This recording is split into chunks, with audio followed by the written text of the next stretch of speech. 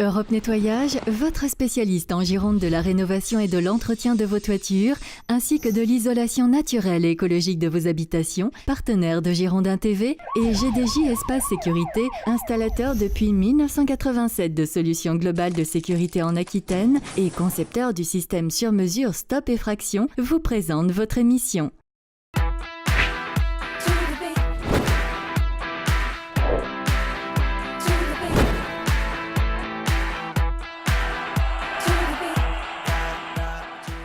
Bonsoir à tous, ravi de vous retrouver pour ce nouveau numéro du Clubhouse avec nous, Roxane comme toujours. Bonsoir Roxane. Bonsoir. Et comme tous les mardis pour refaire le match nul, on le rappelle, des Girondins de Bordeaux, Marius Trésor. Bonsoir Marius.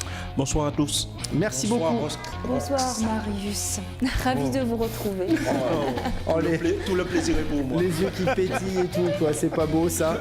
Roxane, comme toujours, on fera le tour du web et des dernières infos dans un instant, puisqu'on a une grosse activité aujourd'hui. Grégory Sertic nous rejoindra juste après Marius, mais d'abord, je le disais, on va refaire donc ce Bordeaux-Rennes, match nul.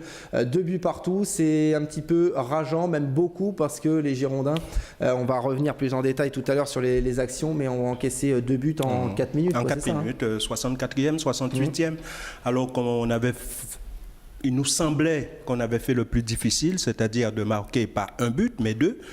2-0, on pensait que le match était plié, mais avec notre défense, un match n'est jamais terminé et c'est vraiment dommage. 2 petites erreurs, Bordeaux menait 2-0 et puis Rennes revient à 2-2. 2 petites erreurs qui se transforment en, comme a dit Grégory Sertic, il a dit que c'était pratiquement une faute professionnelle que l'équipe n'ait pas su conserver cet avantage de 2 buts. En plus, c'était le 2e but de Guillaume Rareau, mais surtout le premier de Diego Roland. Donc, il pensait, avec ce 2e but, avoir mis les Girondins à l'abri, mais on a fait 2 erreurs sur le plan défensif et ça nous a coûté 2 buts.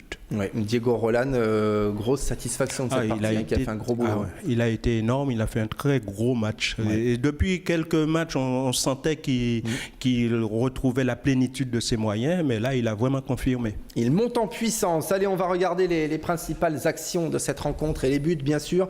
Ça commence très vite, à la 2e minute de jeu, avec déjà un arrêt de Cédric Carasso. C'est le seul qu'il a eu à faire pratiquement dans le match.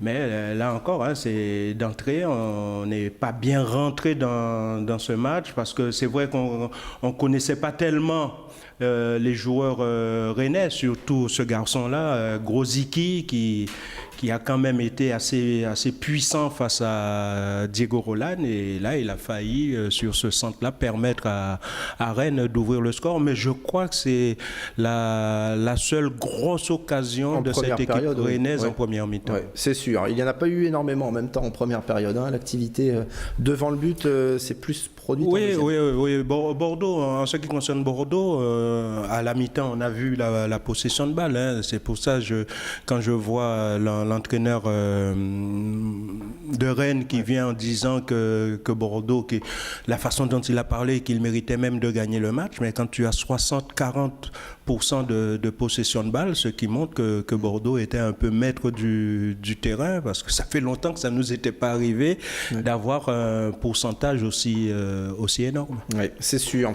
La première action bordelaise intervient à la 10e minute de jeu avec cette grosse frappe de Grégory Sertic qui aurait pu trouver un meilleur sort. Oui, c'est un arrêt avec, je crois, les genoux de Costil qui empêche ce ballon de rentrer.